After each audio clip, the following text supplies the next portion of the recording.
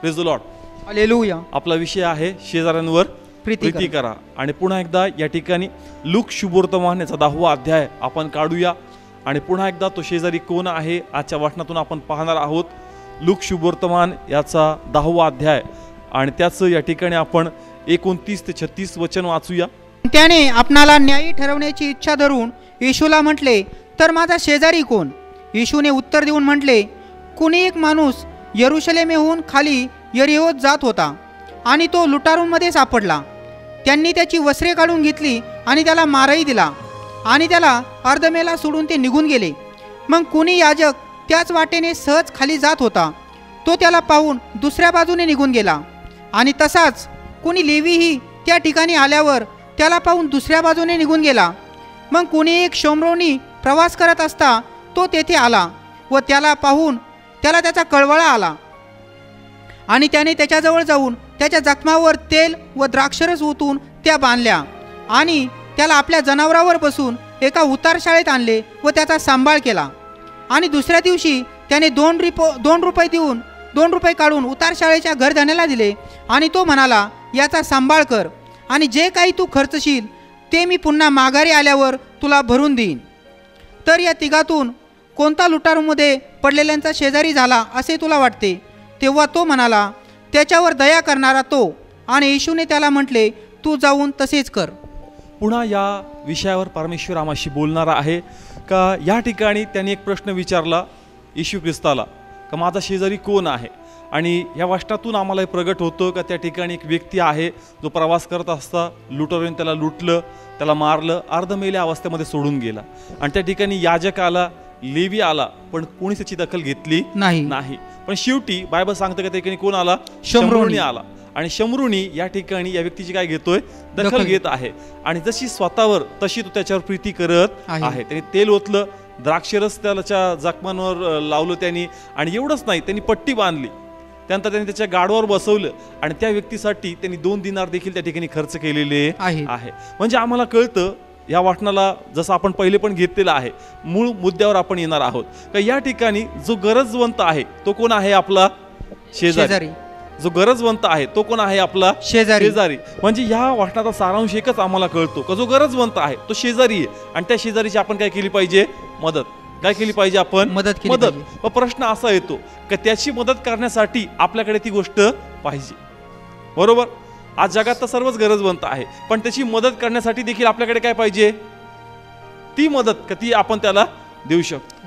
Praise God. Hallelujah. त्या ठिकाणी जसं हा व्यक्ती त्या अर्धमेल्या व्यक्तीकडे पाहतो आणि त्याला गरज आहे कसली?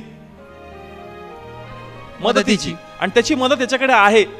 त्याला त्याच्या जखमातून रक्त थांबव म्हणून तेल आहे, सेप्टिक होणे म्हणून द्राक्षरस आहे, त्याला घेऊन जावं म्हणून त्याच्याकडे गाढव देखील आहे, आणि त्याची काळजी घ्यावी म्हणून त्याच्याकडे त्या ठिकाणी 2 दिनार देखील आहे. त्याच्याकडे आहे का त्याची मदत करू शकतो. त्याच प्रकारे बायबल सांगतं, जसं आजचं वचन आपण पाहत आहोत का प्रभूने मला सांगितलं का शेजारी तो आहे जो गरजवंत आहे आणि त्याची गरज तू पूर्ण करू शकतो का तुझ्याकडे ती मदत आहे. तुझ्याकडे ती मदत आहे का तू त्या शेजाऱ्याला मदत करू शकतो. आणि ती मदत दुसरं कोणी नसून आमच्याकडे कोण आहे? प्रभू येशू. Praise God. हालेलुया. कळतं का ठिकाणी का आज जसं मी या ठिकाणी प्रभू मला म्हणला का आज अनेक समस्या आहेत, त्या समस्या तोडगा तुला नाही माहित का? यस, कोणाला आजार आहे, आजाराचा तोडगा नाही माहित का आम्हाला? कुणी बंधनामध्ये, त्या बंधनाचं आम्हाला रहस्य नाही माहित का कसं ते बंधन मोकळे होणार? कुणी आर्थिक स्थितीमध्ये, आम्हाला माहित नाही का तो कसा धनवान होईल? कुणाच्या कुटुंबात वेगवेगळ्या समस्या आहेत, आम्हाला नाही माहित का त्या कशा मोकळ्या होणार? यस, आम्हाकडे ती मदत आहे आणि ती मदत म्हणजे प्रभू येशू आहे. Praise God. जसं हा व्यक्ती जखमी अवस्थेमध्ये आणि त्याची गरज तेल आणि द्राक्षरस आहे, त्याच प्रकारे आज लोक आजारी आहेत, लोक व्यसनामध्ये आहेत, लोक आर्थिक संकटामध्ये आहेत, लोकांकडे सुख शांती नाहीये. मग त्याचा तोडगा, त्याचा इलाज काय आहे? प्रभू येशू. आणि ती मदत कोणाकडे? आपल्याकडे. येस, ती मदत कोणाकडे? आपल्याकडे. आपल्याकडे येशू आहे, आपल्याकडे येशू आहे. आणि म्हणून आपण अशा प्रत्येक शेजाऱ्याला शोधलं पाहिजे का जो गरजवंत आहे आणि त्याची गरज आपण पूर्ण केली पाहिजे. Praise God. हालेलुया. पहा, मागच्याही वेळेस आपण हे वचन घेतलं का शेजारी कोण आहे? जो गरजवंत आहे. मग या ठिकाणी अनेक लोक आजारामध्ये आहेत, ते गरजवंत नाहीत का? मग आपण त्यांच्याकडे गेलोत का? मग जर आपण त्याच्याकडे गेलो नाही, आपण मागच्या आठवडे वचन ऐकलं तर आपण ते वचन गुदमरून टाकलं. पेरणाचा दाखला आपण घेतला, पेरणाचा दाखला आपण घेतला का? पेरणारा निघाला आणि बी पेरलं. काय पेरलं? बी पेरलं. तर याही ठिकाणी जी आपण प्रार्थना घेतो, परमेश्वर याही ठिकाणी काय पेरतोय? बीज पेरतोय. तो काय पेरतोय? बी पेरलं. आणि मागचेच त्यांनी हे बी आम्हामध्ये पेरलं का जो प्रत्येक गरजवंत व्यक्ती आहे तो शेजारी. तो कोण आहे? शेजारी. आणि त्याचपैकी जे आजारी आहेत ते देखील आमचे कोण आहेत? शेजारी. मग तू त्या शेजाऱ्याला, त्या आजारी व्यक्तीला जाऊन प्रभूचं नाव तू दिलंस का? जर तू त्याला जाऊन प्रभू सांगितलेलं नाहीये तर तू तुझ्यामध्ये ते वचन गुदमरलेलं आहे.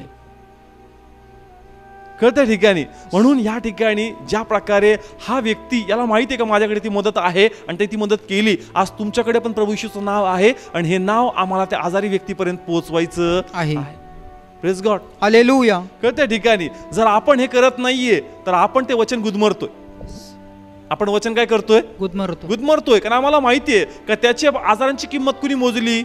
येशूने. आम्हाकडे वचन आहे का त्याच्या प्रत्येक चापकांद्वारे आम्हास आरोग्य, आम्हास आरोग्य. मग मदत कोणाकडे? आपल्याकडे. जे प्रभू येशूमध्ये आहेत, जे ख्रिस्ती आहेत, विश्वास आहेत, त्यांना प्रभूचं वचन माहिती आहे का मनुष्य आजारामध्ये मरू नये म्हणून त्याची किंमत प्रभू येशूने मोजली आणि त्या चापकांद्वारे परमेश्वर आम्हासाठी आरोग्य देतो. आणि जर हे वचन आम्हाला माहीत असून देखील आम्ही त्या गरजवंताची मदत करत नाही, त्याला प्रभू येशू सांगत नाही, त्यासाठी आम्ही प्रार्थना करत नाही, तर आम्हामध्ये प्रभूचं वचन गुदमरत. म्हणून आम्हाला त्या गरजवंत व्यक्तीपर्यंत जो आजारी अवस्थेमध्ये आहे त्यासाठी जाऊन प्रार्थना करणं, त्याला प्रभू येशूचं नाव सांगणं आणि त्याला सांगणं का तुझा उपचार काय आहे, हे अत्यंत महत्त्वाचं आहे. जर आम्ही हे करत नाही तर आम्ही वचन गुदमरतोय. आणि ज्या प्रकारे आपण प्रार्थना करतो का प्रभू मला आत्म्याने भर, प्रभू माझा अभिषेक वाढव, ते म्हणतो अभिषेक कसा वाढणार? जे वचन तुझ्यामध्ये आहे ते तू कार्य करू देत नाही तर फळ कसं येणार? प्रत्येकाची आज काय एक प्रार्थना, देवाकडे मला काय दे? अभिषेक दे. अभिषेक कुठे? ज्यावेळेस तुम्ही प्रभूचं वचन जे तुमच्यामध्ये आहे, ज्यास तुम्ही ते जाऊन ते सांगता, ज्यास तुम्ही म्हणता का काळजी करू नको, येशूने तुझी किंमत मोजली, आम्ही प्रार्थना करतो, प्रभूवर विश्वास ठेव, दे तुला बरं कर, हा तुमचा अभिषेक. पण आपण तिथं गेलोच नाही, आपण त्याला सांगितलंच नाही. आपलं काय चालू? देवा काय दे आम्हाला? अभिषेक दे. ज्यास तुम्ही प्रत्यक्षात त्यांच्यापर्यंत पोहोचता आणि जे सत्य तुम्हाला माहिती, ज्यास तुम्ही ते त्यांना सांगता, हा आहे तुमचा अभिषेक. आज प्रत्येकाची प्रार्थना, माझी आध्यात्मिक उन्नती. ते म्हणतो अरे उन्नती व्हावी म्हणून तो वचन पेरलं, आता फळ येऊ दे ना. फळ आणत नाहीत अभिषेक कडून. परमेश्वर वचन प्रगट करतो जेणेकरून अभिषेक तुमच्यावर यावा, पण ते वचन आम्हाला कृती करणं गरजेचं आहे. आणि जर आम्ही त्या व्यक्तीपर्यंत पोहोचत नाही तर ते वचन गुदमरतं आणि येणारा अभिषेक आम्हावर वाहत नाही, तो अनुग्रह आम्हाला दिसत नाही. आम्ही फक्त ज्ञान गोळा करणारे आहोत. त्या सदुकी आणि फरीसी लोकांमध्ये आणि आजच्या ख्रिस्ती विश्वासणाऱ्या पुष्कळ लोकांमध्ये काहीच फरक नाही. त्यांच्याकडे पण ज्ञानाचा पेटारा होता, आपल्याकडे तोंडपाठ सगळे वचन आहेत. का? कारण ते कृती करत नाही आणि आपणही बहुतांश लोक कृती करत नाही. आपल्याकडे पण माहिती आहे कोणता अध्याय की तो वचन, कोणता अध्याय हा रेफरन्स तो रेफरन्स, दावीदने असं केलं. अरे वचन ज्ञान भरपूर तुझ्याकडे, हे ज्ञान काही कामाचं नाही. जोपर्यंत हे ज्ञान कृतीमध्ये येत नाही, हे ज्ञान ते नियमशास्त्रासारखंच आहे. जुना करार तुम्ही वाचा, त्यांच्याकडे काय होतं? ज्ञान होतं. नियमशास्त्री. काय? नियमशास्त्री म्हणजे पंडित, म्हणजे त्याचे पंडित, त्याचे एक्सपर्ट होते. त्यांना फक्त वचन माहित होतं, पण वचनाची कृती कशी करायची हे त्यांना कळत नव्हतं. आज आमची दशा तीच आहे की आम्हाला सगळं माहिती आहे का प्रभूच्या प्रत्येक चापकांद्वारे आरोग्य, प्रभू गरीब झाला म्हणून आम्ही धनवान आहोत, परमेश्वर बंधन मुक्त करणारा देव आहे. ते म्हणतो एवढं ज्ञान आहे, मग हे ज्ञान तू का नाही वाटत? हे जाऊन तू का नाही सांगत? आणि जर तू हे कृतीमध्ये आणत नाही, तुझा अभिषेक तुला दिसणार नाही. आणि त्याच्यामध्ये जे म्हणजे जे नियमशास्त्री, जे सदुकी फरीसी, जे वचनाचे एक्सपर्ट होते, त्याच प्रकारे आज तूही एक्सपर्ट झालाय. कृतीमध्ये ते दिसत नाही. कळत्या ठिकाणी आम्हाला माहित नाही का आता शेजारी कोण आहे आमचा? माहित आहे का जो गरज बनते आणि त्याची गरज पूर्ण करावी म्हणून तुमच्या खिशातलं काही नाही मोजायचं. तुम्हाला फक्त ते नाव सांगायचं, जे नाव तुम्हाला माहिती आहे ते देखील आपण करू शकत. चला असं असतं तर ठीक आहे, चला त्याला 1000 रुपयाची मदत करायची, तर आपला झळ लागल. आपलं काय लागल? झळ लागल. पण तुला असं काहीच द्यायचं नाही की जे तुझ्या स्वतःच आहे, जे तुला कळलं, याचा अनुभव तू घेतला, तेच तुला वाटायचं. कळतं ठिकाणी येशू देताना तुम्हाला खर्च लागतो का? काही. फक्त जिभेला थोडा त्रास द्यावा लागतो, 4-5 शब्द बाहेर काढावे लागतात, अजून काही करावं लागत नाही. पण आपण ते करत नाही. आम्हाला माहिती आहे का गरजवंत कोण आहे, आम्हाला माहिती आहे का किंमत कोण मोजतो, सर्व माहिती आहे, पण आपण त्याच्यापर्यंत पोहोचणं हे खूप गरजेचं आहे. Praise God. हालेलुया. एक बायबलमध्ये खूप सुंदरचं उदाहरण आहे, एक लहान मुलीचं, जिने नामानाला सुवार्ता सांगितली. कोणाला? नामान. काढू या ठिकाणी आपण 2 राजे 5वा अध्याय आणि त्याचं 1 ते 4 वचन. आणि आरामाच्या राजाचा सेनापती नामान आपल्या धन्याजवळ थोर व मान्यतेचा मनुष्य होता, कारण त्याच्याकडून यहोवाने आरामाला तारण दिले होते. तो बलवान वीरही होता, परंतु कुडी होता. आणि आरामाच्या टोळ्यांनी निघून इस्रायलच्या देशातून एक लहान मुलगी धरून नेली होती आणि ती नामानच्या बायकोची चाकरी करीत असे. मग तिने आपल्या धनिनीला म्हटले, माझा धनी शमरोनातल्या भविष्यवाद्याजवळ असता तर बरे होते. त्याने त्याचा कोड दूर करून त्याला बरे केले असते. नंतर त्याने आज जाऊन आपल्या धन्याला सांगितले की इस्रायलच्या देशातली मुलगी असे बोलली. आम्हाला कळलं की आमचा शेजारी कोण आहे, जो गरजवंत आहे. आणि आपण आजारांबद्दल बघतोय. कोणाबद्दल? आजारी लोक. आज पुष्कळ लोक आजारांनी पिडलेले आहेत आणि म्हणून आम्हाला त्यांची गरज पूर्ण करायची. कोणाचं नाव सांगून? येशूचं. आणि म्हणून हे सुंदरचं उदाहरण प्रभूने मला दाखवलं आणि प्रभूने या ठिकाणी प्रगट केलं की नामान नावाचा व्यक्ती असं लिहिलंय का बलवान वीर. कसा? बलवान. आणि प्रत्येक गोष्टीने, संपत्तीने बलवान होता. यस, संपत्तीने. राजाच्या नजरेत खूप मोठं त्याला स्थान होतं. राजाच्या नजरेत त्याला खूप मोठं एक स्थान होतं. त्याची पदवी तर मोठी होती, पदवी पण मोठी आहे, वैभव पण आहे, पैसा पण आहे, घर पण आहे, सर्व काही आहे. तरी देखील बायबल सांगतं तो कशाने पछाडलाय? कोड. काय आहे आजार त्याच्याकडे? कोड आहे. सर्व काही असून काही ना काही उणीव त्याच्याकडे आहे. आणि मग अशा प्रसंगामध्ये तो कोड घेऊन जगत होता. आणि मग त्याच ठिकाणी असं लिहिलं का त्यांनी एक ठिकाणी छापा मारला होता, काही लोकांना बंदिवान केलं होतं आणि त्याचपैकी बंदिवान लोकांपैकी एक लहान मुलगी होती.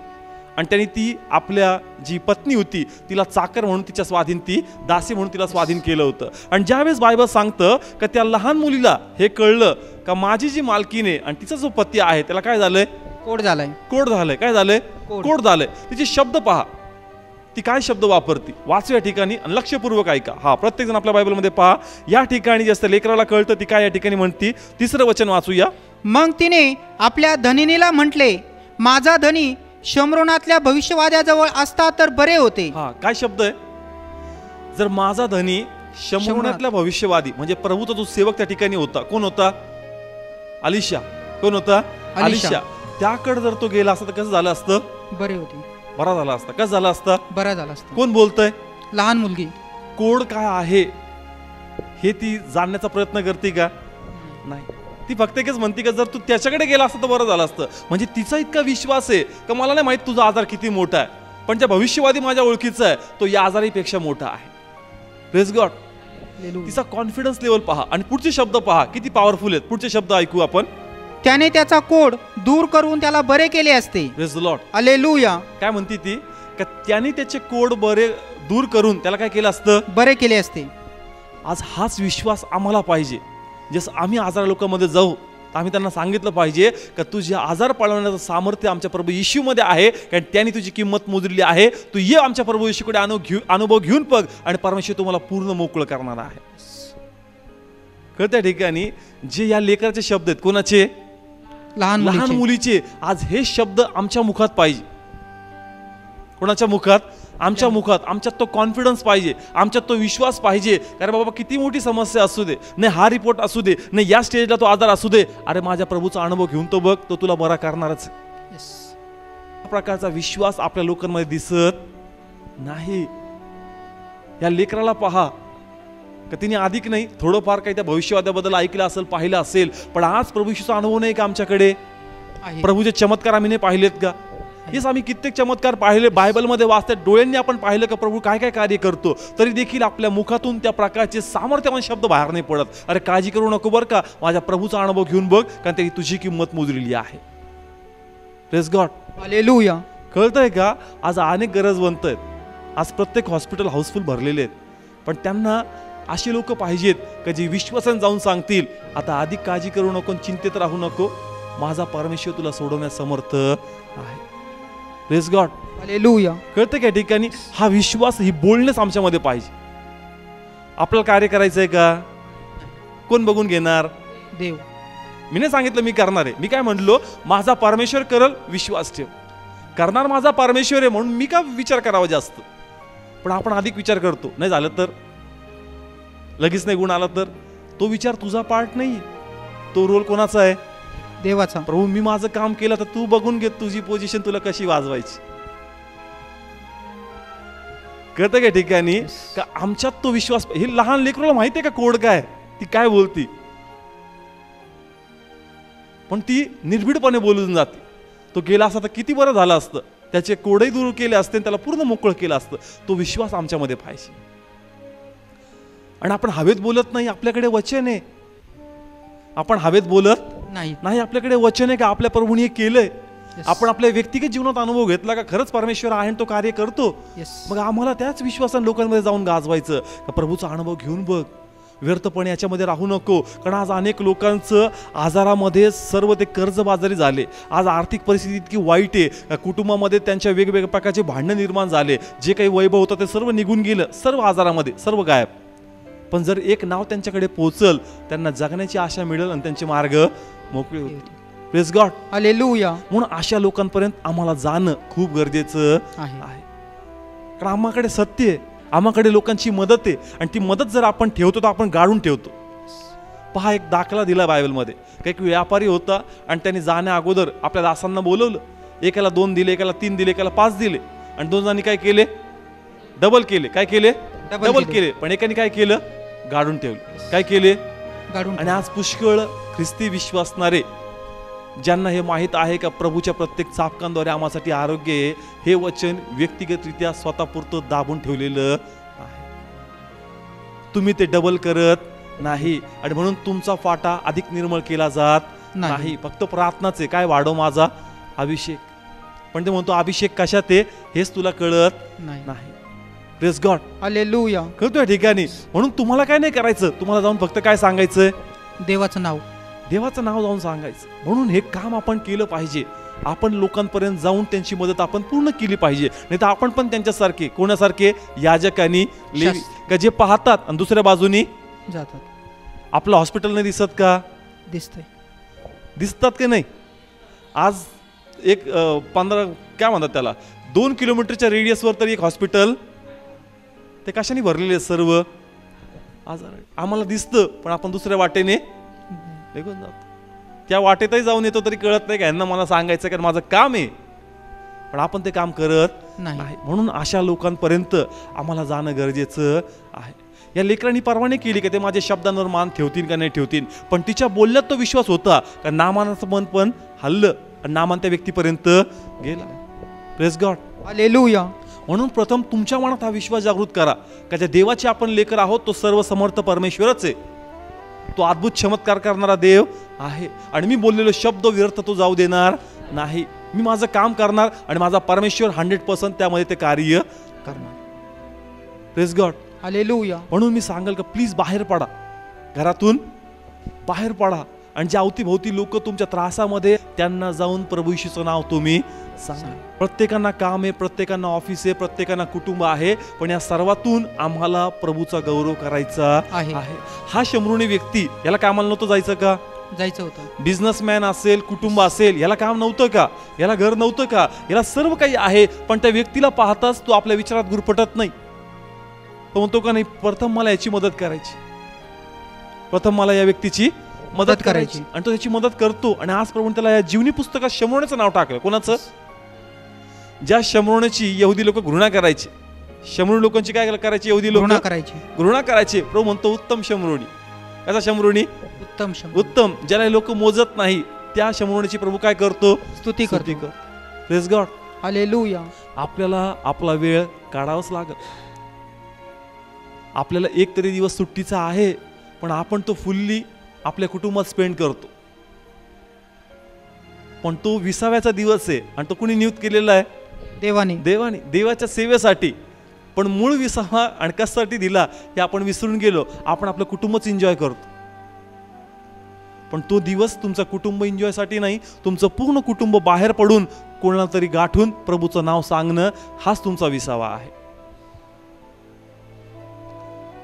कळतंय का ठिकाणी. आपण आजचे जे गीत गायले, लंबा सफर जिंदगी का सच्चाई कोई न जाने रे, कधी देवाकडे जावं लागल माहीत नाही. पण ते म्हणतो अकाउंट तर फुल झालं पाहिजे ना तुझं त्या ठिकाणी आल्यावर. तुझ्या अकाउंटमध्ये अजून आध्यात्मिक म्हणजे त्या ठिकाणचं वेतन मजुरी जमा झालेलं नाहीये. कारण ज्या पाक्या तू माझ्या मागे पळला पाहिजे तू पळत नाही. तुला सत्य माहित आहे पण तू ते सत्य गाजवत नाही. ही लहान मुलगी स्वतः त्या मालकीला जाऊन भेटती, तिला प्रभूबद्दल ती सांगत आहे. त्याच प्रकारे आम्हाला देखील लोकांपर्यंत जाऊन त्यांना प्रभू येशू सांगावं लागतं. आणि ते गरज म्हणतात. कदाचित असं कोणाच्या कुटुंबात गेलं तर तो ऐकणार नाही, पण हे गरज म्हणतात. भरपूर पैसा त्यांनी घातला, त्यांना एकच शब्द ऐकायचा, आमचे आजार बरे होतील का? आणि जसं तुम्ही म्हणताल का काळजी करू नको, माझा देव करतो, त्यांना वाटतं मी जग जिंकलं. एक आजारी व्यक्तीकडे पहा, तो मोठ्या म्हणजे त्याची नजर त्याच्या कानात नेहमी असं आतुर असतं का कधी तो म्हणाल की तू बरा होणार आहे बरं का, उद्या तुला डिस्चार्ज देणार आहे. असा प्रत्येक पेशंट अपेक्षित डॉक्टरकडे पाहतो का त्यांनी काय म्हणावं, तू काय होणार आहे, बरा होणार आहेस. आपण म्हणतो का रे प्रभू येशू तुझ्या जीवनात कार्य करेल.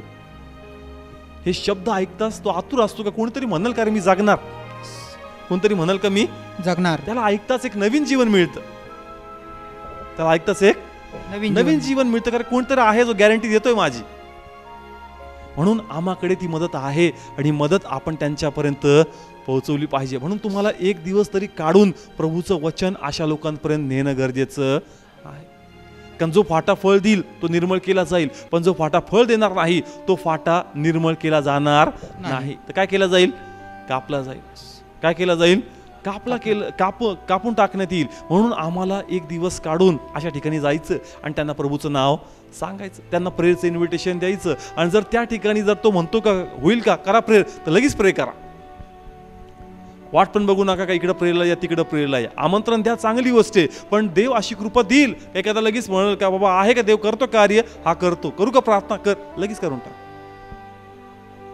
परमेश्वर कार्य करेल. Praise God, hallelujah.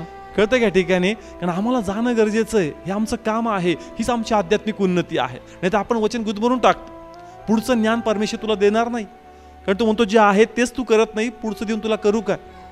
आणि तुझी पण दशा त्याच शास्त्री नियमशास्त्रासारखी, सदुकी परुषासारखी. काय एक्सपर्ट, वचन ज्ञान आहे, फक्त काय ज्ञान आहे, ज्ञानाचं कलेक्शन आहे. भरपूर स्टोअर झाले डोक्यामध्ये, भरपूर गोळा केले.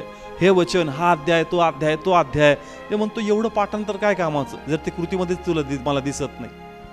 आज पुष्कळ लोक आहेत का त्यांना याचा एक एक रेफरन्स माहिती, ते बायबल न उघडता प्रत्येक गोष्ट सांगू शकतात का कोणत्या पानावर कोणतं वचन लिहून काढलेलं आहे. ते म्हणतो हे ज्ञान वाटण्यासाठी, हे ज्ञान वाटण्यासाठी फक्त ग्रुप चर्चा नको, फक्त ग्रुप चर्चा नको. हे ज्ञान तू जाऊन त्यांना सांग ज्यांना कळत नाही. Praise God, hallelujah. कळत्या ठिकाणी. म्हणून किती दिवस काढायचा, एक दिवस, 7 दिवस द्या. पण जे लोक खूपच बिझी आहेत, सुरुवात किती दिवसापासून काढा, 1 दिवसापासून. मला अन्य लोकांमध्ये जाऊन प्रभू येशू सांगायचा आहे. मी इथं जे आहेत आणि जे टीव्हीवर पाहतायत प्रत्येकांना हे सांगल का तुमच्या पालकांना सांगा का बाबा आम्हाला आम्हाला हॉस्पिटल्समध्ये जायचं आहे. मग एक ट्रॅक्स, एक हँडबिल असं त्यांना सांगा का छापायला हवं का. ह्या निमित्ताने ॲटलिस्ट तुम्ही त्यांना जाऊन सांगाल का प्रभू येशू तुमची काळजी करणारा परमेश्वर आहे आणि तो तुमचे मार्ग मोकळे करू शकतो. येस, प्रत्येकजण हे प्रत्येक चर्चमध्ये आपल्या पालकांना जाऊन भेटा आणि म्हणा का हॉस्पिटलमध्ये कधी ना कधी जावं लागतं आम्हाला, कोण ना कोण आजारी असतं ना, आता आम्ही डिसाईड केलं का दर रविवारीच आम्ही जाणार, एक दिवस आम्ही काढणार. आणि म्हणून हँडबिल्स छापा, ट्रॅक्स छापा की या निमित्ताने जाऊन आम्ही त्यांना प्रभूचं नाव सांगणार. कारण हे निमित्त आहे. हँडबिल्स आणि ट्रॅक्स काय आहे, फक्त एक निमित्त. ते म्हणतात कसलंय, आपलं काम झालं का लगेच सुरू होऊन जायचं. Praise God, hallelujah. पहा, आम्ही सोमवारी शेवगाव या ठिकाणामध्ये होतो. त्या ठिकाणी भरपूरच्या सिस्टर्सनी या हँडबिल्सद्वारे भरपूरचा प्रचार प्रभूचा केला आणि देवाने मोठं कार्य केलं, प्रभूंनी मोठं कार्य केलं. ज्या ठिकाणी एक कुटुंबासाठी गेलो प्रभूंनी 10-10, 15-15 कुटुंब आम्हाला देऊन टाकली. ज्या ठिकाणी मी प्रार्थना केली, पाहिलं एवढी त्यांना गरज आहे, इतके ते त्रासामध्ये, इतके ते संकटामध्ये, त्यांना प्रार्थनेची खूप गरज आहे. ते आतुर आहेत का कोणतरी म्हणावं कारण काळजी करू नका, त्यातून बाहेर निघू शकतो. खूप मोठा आनंद झाला त्यांना, अरे बाबा कोणाला तरी आमची काळजी आहे. जस तुम्ही कोणाच्या इथं प्रार्थनेला पोहोचता तर कदाचित तुम्हाला वाटेल का मी प्रार्थनेला चाललोय, पण लक्षात ठेवा देव तुम्हाला घेऊन चाललाय, प्रभू तुम्हाला घेऊन चालला. कारण त्या ठिकाणी असं तरी कोणतरी व्यक्ती आहे जो खिन्न अवस्थेमध्ये, जो निराश आहे, जो आत्महत्या करायला जाणार आहे, पण तुमच्या मुखातून जो शब्द बाहेर पडल तो त्याचं जीवन बदलून टाकल.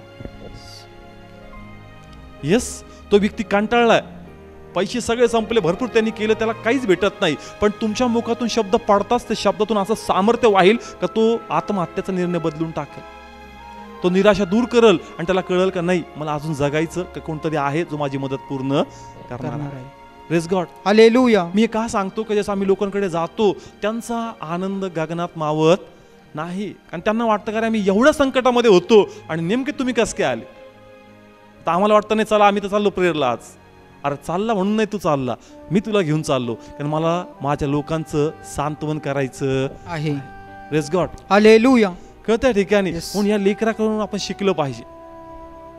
ती एवढी लहान आहे, ती बंदिवान अवस्थेत होती. कोणत्या अवस्थेमध्ये? बंदिवान गुलाम होती ती, तरी देखील देवाचा गौरव करण्यासाठी मागे पुढे पाहत नव्हतं. नाही. आज आम्हाला मोकळीक आहे आणि म्हणून आपण इतरांपर्यंत जाऊन देवाचा गौरव केला केला पाहिजे. पाहिजे. म्हणून एक दिवस काढा, एक दिवस काही टाइम तुम्ही काढा. भरपूर असे हॉस्पिटल्स आहेत का ज्या ठिकाणी लोक बसतील आहेत, त्यांच्यापर्यंत जाऊन प्रभूचं नाव तुम्ही त्यांना सांगा. त्यांना इन्व्हाइट करा प्रभूकडे. प्रभूचा अनुभव घेऊन बघ, तो तुला याच्यातून 100% बाहेर काढण्यास सामर्थ्य आहे.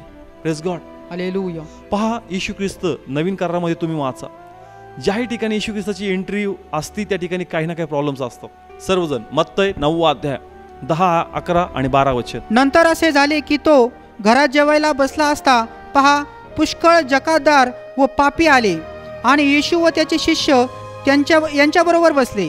आणि परुषी ते पाहून त्यांच्या शिष्यास म्हणाले, तुमचा गुरु जकातदार व पापी यांच्याबरोबर का जेवतो? मग त्याने ते ऐकून म्हटले, जे निरोगी आहेत त्यांना वैद्याची गरज नाही, तर दुखणाईतांना आहे. Praise God. हालेलुया. प्रभू कोणत्या लोकांमध्ये? पापी लोकांमध्ये. हा, प्रभू कोणत्या लोकांमध्ये? पापी म्हणजे ते गरजवंत आहेत. ते कसे आहेत? गरजवंत आहेत.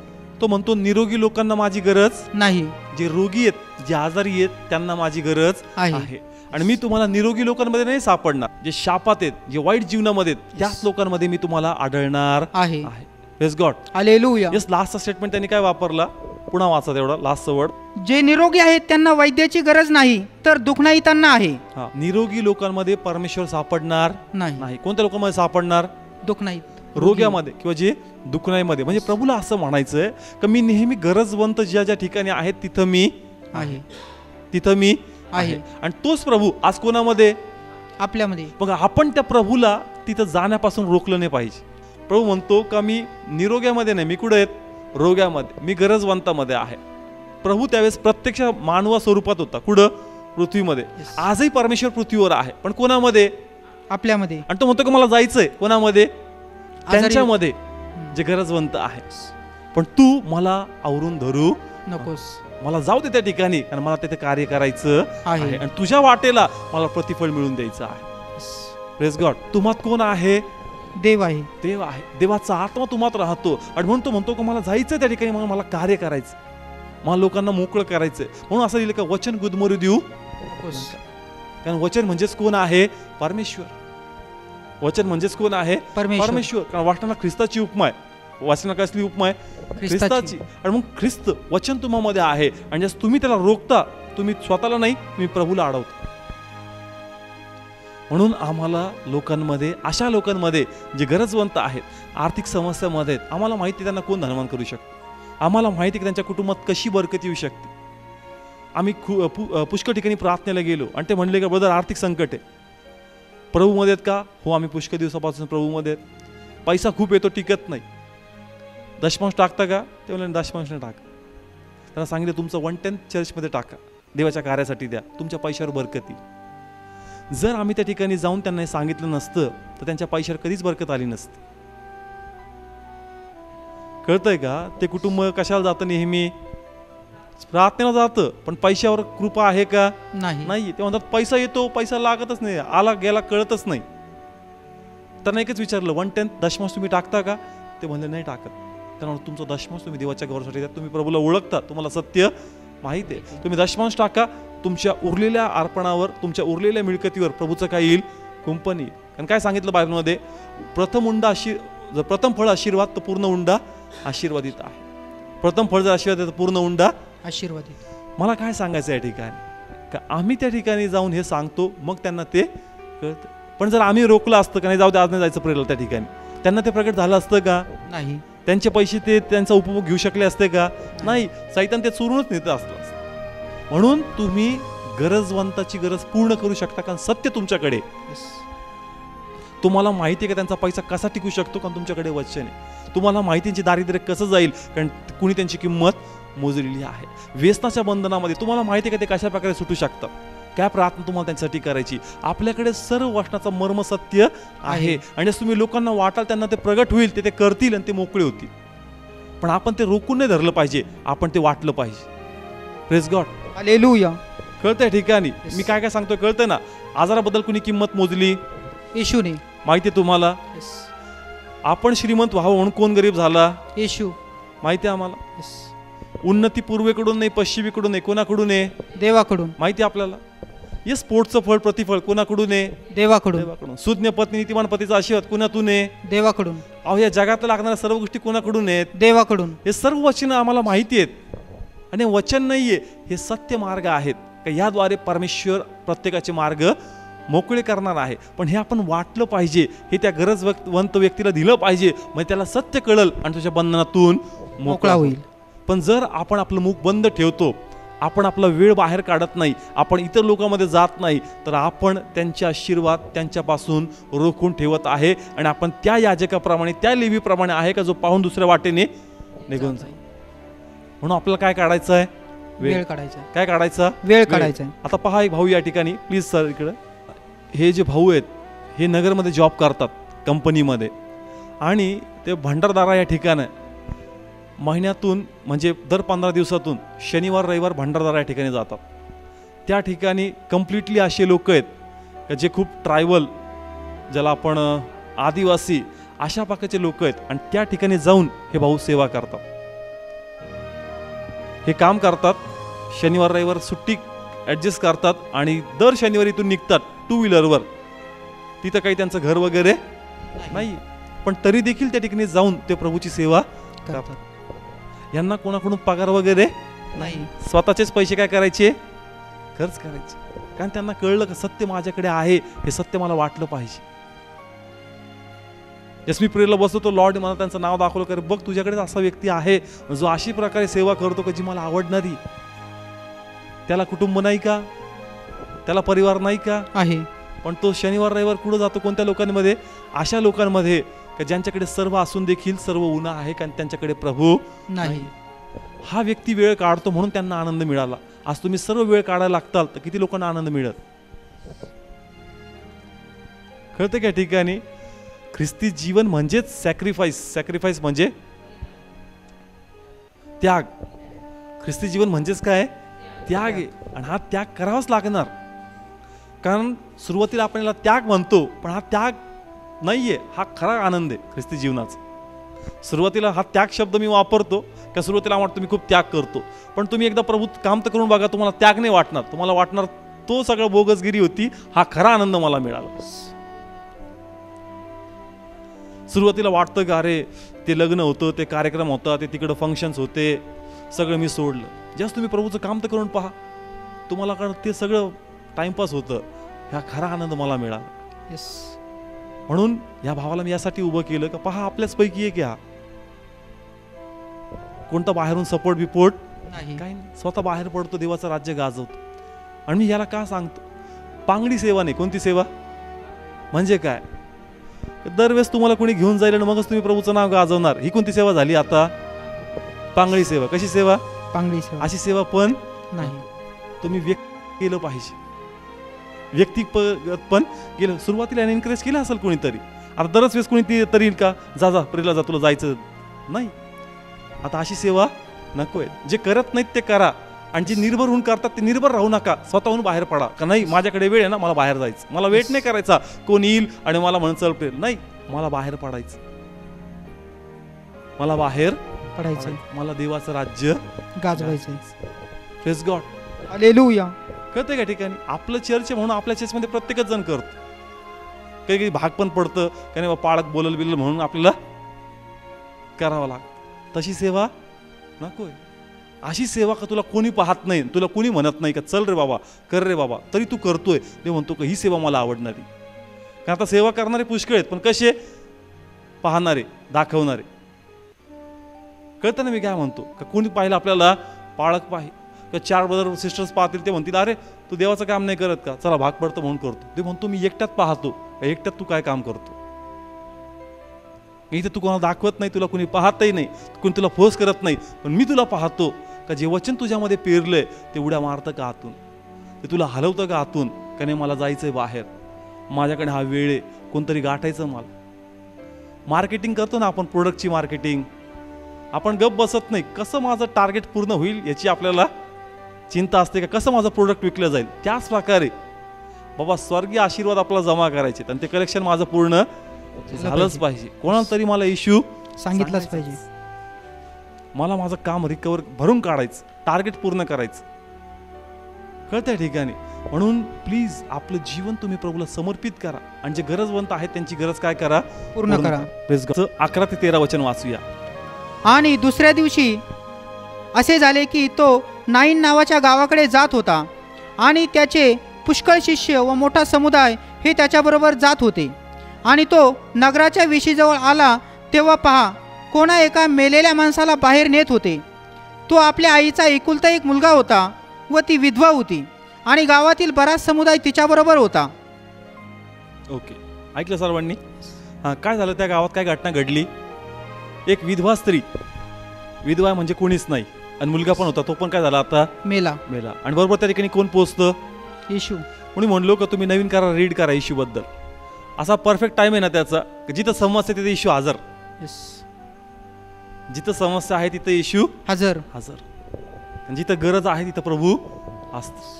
Praise God, hallelujah. कळतं की याचं मी हे वचन का घेतलं, का त्याला कुणी फोन नाही केला, त्याला कुणी इन्व्हिटेशन नाही पाठवलं प्रेयरचं, आणि त्या स्त्रीला माहित पण नाही का भविष्यवादी आहे.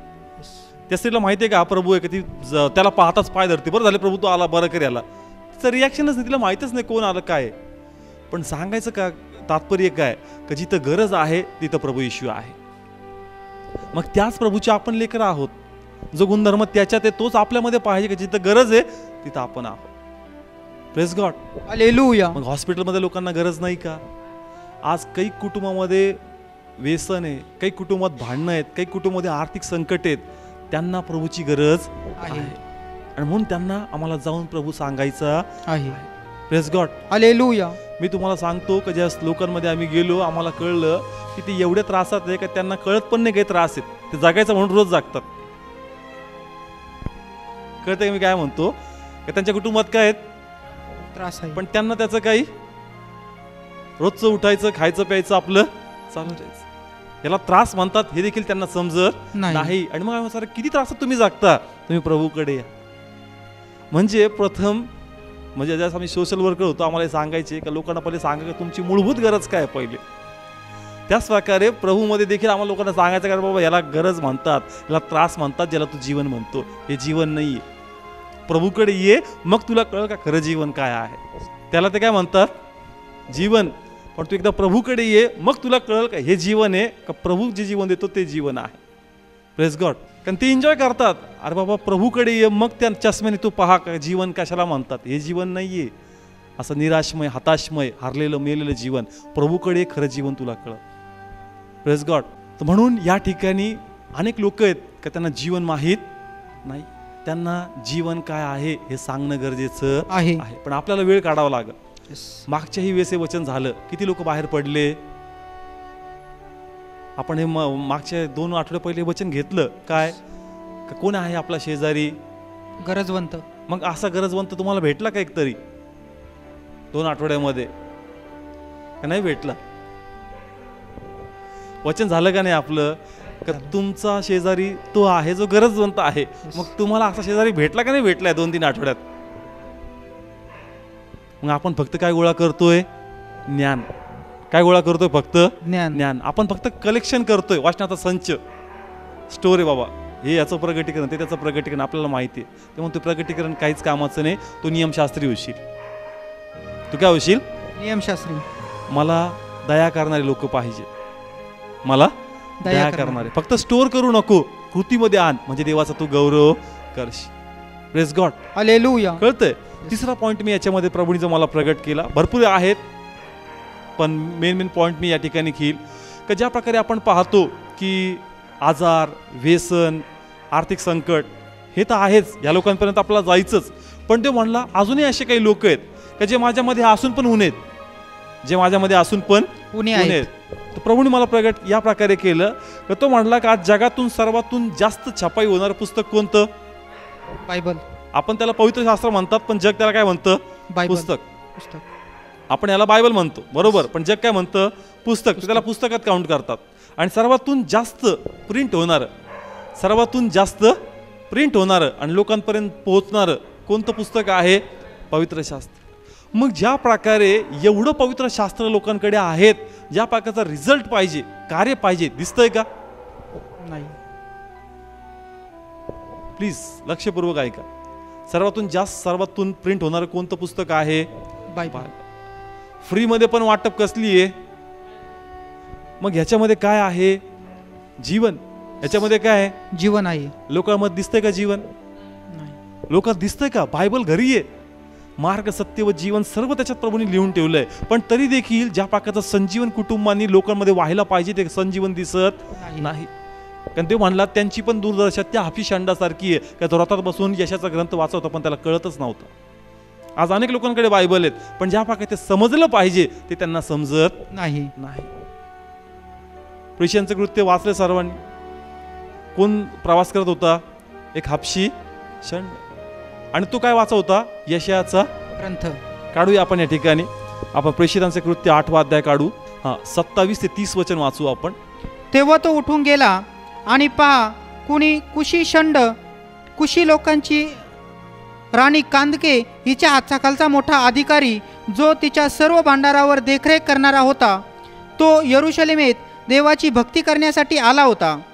आणि तो परत जाताना आपल्या रथात बसला होता आणि यशया भविष्यवादी याचा ग्रंथ वाचत होता. पण कोणता?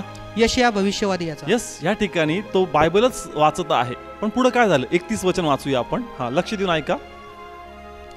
आणि त्याने म्हटले, कुणी मला मार्ग दाखवल्या वाचून हे मला कसे समजेल? तो काय वाचत होता? बायबल. जुना करार तो वाचत होता, यशाचं पुस्तक तो वाचत होता. आणि त्यावेळेस तिथं फिलिप आला. कोण आला? फिलिप. देवाच्या आत्म्याने त्याला त्या ठिकाणी घेऊन गेला, पाठवलं. का पाठवलं? कारण तो वाचतोय पण त्याला कळत नाहीये. आणि त्याला तो फिलिप प्रश्न विचारतो की तू जे वाचतोय ते तुला कळतं का? आणि त्याचं उत्तर काय होतं? की जोपर्यंत कुणी मला सांगत नाही ते मला कसं समजेल. आज अनेक लोकांकडे बायबल आहेत, ते ज्या प्रकारे त्यांना समजलं पाहिजे ते त्यांना समजत नाही. आणि म्हणून त्यांच्या जीवनात देवाचं संजीवन वाहताना दिसत नाही. तो वाचत होता पण त्याला समजत नव्हतं. 35 वचन काय सांगतं? तेव्हा फिलिप्पाने तोंड उघडले आणि या शास्त्रलेखापासून आरंभ करून येशूचे शुभवर्तमान त्याला सांगितले. फिलिप्पाने काय उघडलं? तोंड उघडले. म्हणून आम्हाला पण काय उघडावं लागेल? तोंड उघडावं लागेल. कारण सगळ्यांकडे काय आहेत? बायबल.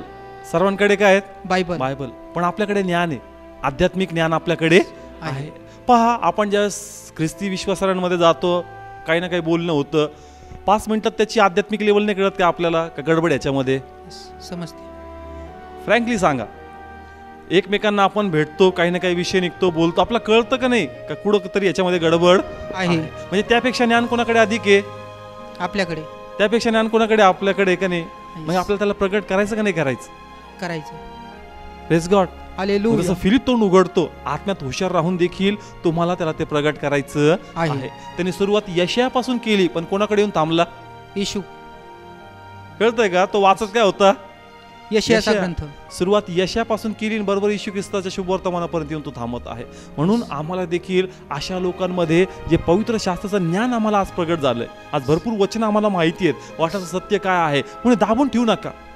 त्यांना हे वचन प्रगट करा, म्हणजे त्यांना कळेल की बायबल नेमकं आम्हा सांगती काय बोलत आणि सांगत आहे. Praise God. हालेलुया. कळतंय? फक्त ती सेवा नाहीये का त्या लोकांमध्ये जावं. येस, ते नक्की करायचं, पण हे पण सोडायचं नाही. कारण बी पेरलंय, वचन आहे, पण ते उगवत नाही. कारण त्याला पाणी पण टाकणं गरजेचं, त्याला खत पण टाकणं गरजेचं आहे. जर खत आणि पाणी नसेल तर ते त्या प्रकारे उगणार नाही. वचन, पवित्र शास्त्र वचन आहे, हे बी आहे सगळ्यांकडे, पण सर्वात उगलेलं दिसत नाही. कारण ज्या प्रकारे ते त्याला शिकलं पाहिजे, समजलं पाहिजे, तसं शिकवणारे आणि पोहोचवणारे त्यांच्यापर्यंत नाही. कळत्या ठिकाणी. म्हणून अशा लोकांपर्यंत जाणं म्हणजे तो आमचा शेजारी आणि त्याची गरज पूर्ण करणं हे आमचं काम आहे. कारण आम्हाकडे सत्य वचन आहे. Praise God. हालेलुया. आणि जास्त तुम्ही इतर लोकांची काळजी घ्याल, परमेश्वर तुमच्या कुटुंबाची अधिक काळजी घेणार. जास्त तुम्ही इतर लोकांची देवासाठी काळजी घेणार तर परमेश्वर तुमच्या कुटुंबाची अधिक काळजी घेणार.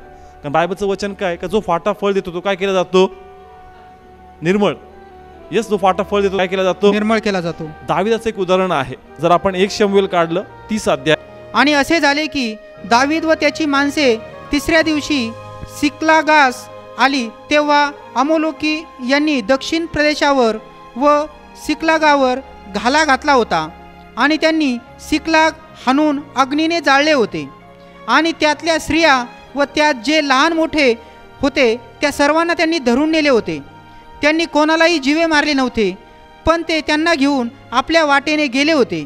पहा, या ठिकाणी बायबल सांगतं का दावीद आणि त्याचे लोक एका कामगिरीवर बाहेर गेले होते, पण जेव्हा ते परत आले त्यांचं नगर काय केलं होतं? सर्व जाळलं होतं. सर्व काय केलं होतं? जाळलं होतं. आणि मग त्या अवस्थेमध्ये त्या ठिकाणी ते होते का सर्व कुटुंबातला एक देखील व्यक्ती त्या ठिकाणी नव्हता, का नगर काय केलं होतं?